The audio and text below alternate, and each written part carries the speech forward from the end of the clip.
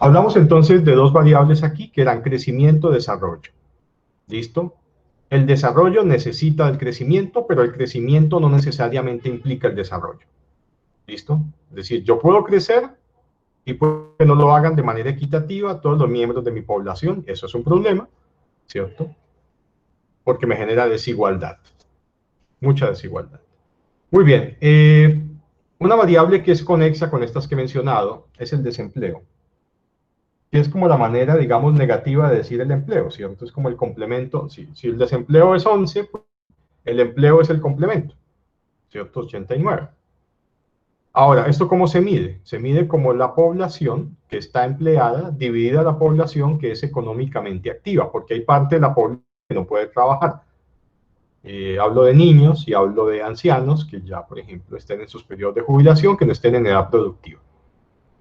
Colombia, estas cifras son para mí las menos confiables de la economía colombiana, pues porque en Colombia modificamos la forma de calcular quién trabaja. Cuando uno mira el indicador de a quienes incluyen en la muestra de empleo, pues los que han trabajado en la última semana más de 4 horas ya son empleados. ¿Sí? De hecho, por eso es que ustedes a veces han escuchado que jocosamente para que mejore el desempleo en Colombia podríamos poner más semáforos, porque en torno a los semáforos se han creado clústeres de empleo, ¿cierto? El tipo que le hace a uno el acto de circo, el otro que le limpia el parabrisas, el otro que le vende cosas, etc. Obviamente eso no tiene sentido, ¿listo? Ese no es un empleo estable y digno, ¿ya? Pero bueno, confiando en nuestras cifras de empleo, más o menos esta era la situación hasta el 2019, miren. 10.6% de desempleo. Es muy grande. Es un desempleo críticamente importante. Mucha fuerza laboral potencial que no está empleada. Y un gran problema de esto es que buena parte de ese desempleo es entre los jóvenes, ¿sí? Lo cual no es nada sano. Y este dato que tengo aquí, que se ve tan mal y me excusan, es porque lo saqué del Twitter del DANE, porque quería mostrarles lo que ha sido el desempleo en mayo del 2020. Mayo del 2020 es crítico, ¿no? Pandemia pura. Mire la tasa de desempleo, por favor. 21.4%. Compare ese dato con este dato. Y ahora mire la tasa de desempleo en las 13 ciudades más importantes de Colombia y sus áreas metropolitanas. 24.5%. Crítico. Observen en este gráfico cuándo alcancé niveles como estos. ¿Sí?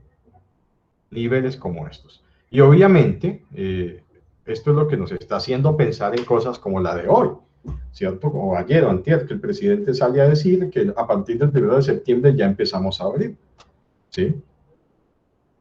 Y tenemos que abrir porque si no, o sea, la situación de salud, que es importante, va a generar una situación económica mucho más crítica,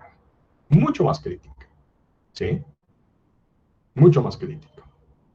Y a largo plazo que perjudica a la población joven, ¿ya? Entonces, esas dos variables están muy ligadas al fenómeno del crecimiento, ¿cierto? Es decir, hay mejores oportunidades de empleo y empleos más estables en la medida, ¿cierto?, en que el país crece más. ¿Okay? No sé si hay alguna pregunta hasta allí. Sí, aquí hay varias preguntas. Dale. Una primera dice, durante la pandemia, algunos países de Latinoamérica, con el fin de darle liquidez a algún sector de la población, implementaron la posibilidad de hacer uso de un porcentaje del ahorro pensional. ¿Por qué es tan difícil en Colombia implementarlo? ¿Qué tiene que ver todo este recurso con el tema especulativo de la bolsa e inversiones?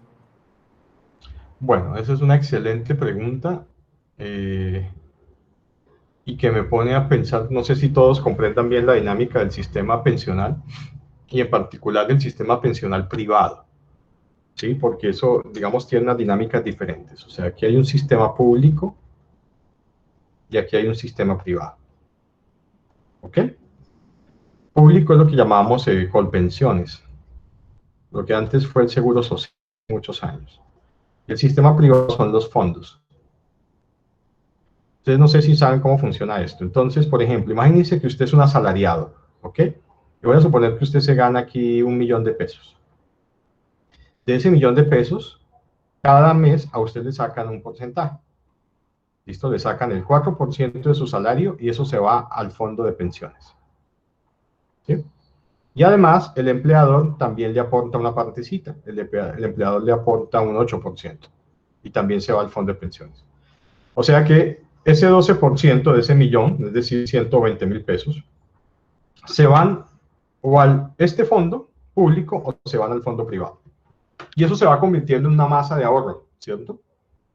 El problema es que en el fondo público, la promesa de pensión para este sujeto que ahorra de esta forma no depende del ahorro, ¿ok?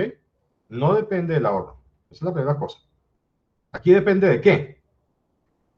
De una promesa que el Estado hace. Yo le voy a pagar un promedio de los últimos 10 años antes de que usted se jubile. Aquí, en este fondo, ojo, depende del ahorro.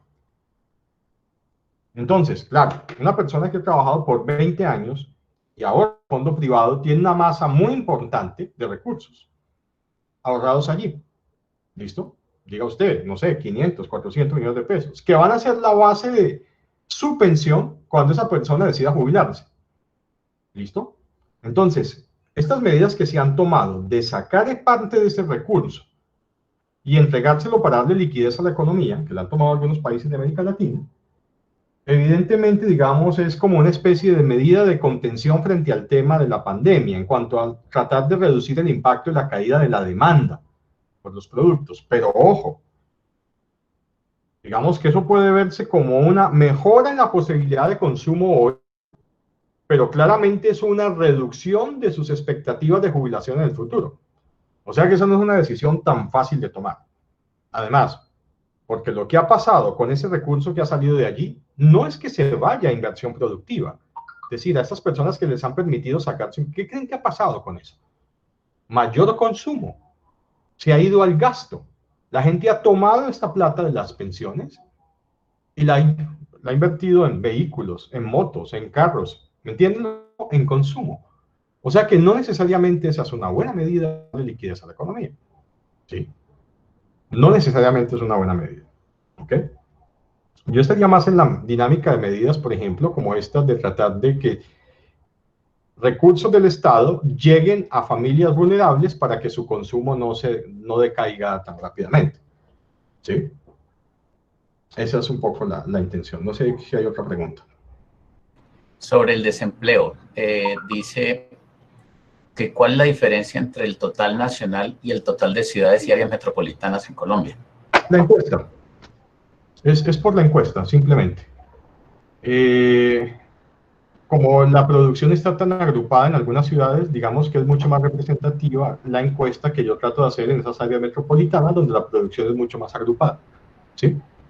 Entonces, claro, yo mido el total nacional. Acuérdense que Colombia es muy grande, ¿cierto? Pero tenemos la población concentrada en una zona muy pequeña del territorio nacional. ¿Sí? Entonces, las diferencias se hacen evidentes es por esa distribución, digamos, de las instalaciones productivas y de la capacidad productiva. Bien. La otra pregunta es que el desempleo decrece incentivando la creación de nuevas empresas a través de políticas fiscales favorables. Otra vez, el desempleo decrece incentivando la creación de nuevas empresas a través de políticas fiscales favorables. Yo creo que esa es una buena premisa. Es decir, en la medida en que, por ejemplo, sea más fácil hacer empresa en Colombia, el número de empresas que se crean es mucho mayor. Ustedes han oído hablar de una figura que se llama SAS, empresas SAS. Ahora casi todas las compañías en Colombia son SAS. Me pongo como un nombre aquí. Eso significa sociedades por acciones simplificadas. ¿Sí? Esas compañías, de 8.000 empresas que se crean, 7.800 son SAS.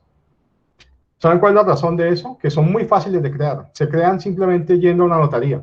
Ni siquiera necesitan registro en el libro de la Cámara de Comercio. ¿Sí? Es sumamente fácil crearlas. ¿Me entienden? Entonces, en la medida en que se reduzcan los trámites, que se mejoren, que estas compañías, por ejemplo, tuvieran incentivos tributarios en el inicio, pues seguramente vamos a tener un país de más emprendedores, de más emprendimientos, digámoslo así. ¿Cierto? Y eso contribuye, obviamente, a la disminución del desempleo, por supuesto. ¿Sí? Ahora, ese es otro tema allí que es más complejo de manejar, que se llama tasa de mortalidad empresarial. Porque una cosa es que las empresas se creen, otra cosa es que en el tiempo perduren. ¿Sí? Eso es diferente.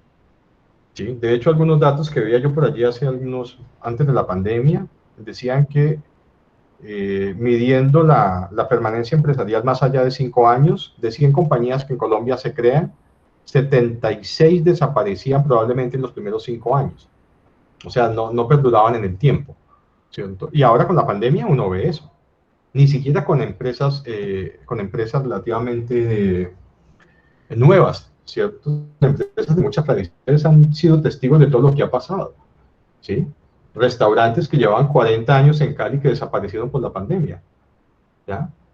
Empresas como Avianca que llevan más de 100 años, que ya llevan en 100 años 4 quiebras, ¿sí? Ok, bien, gracias.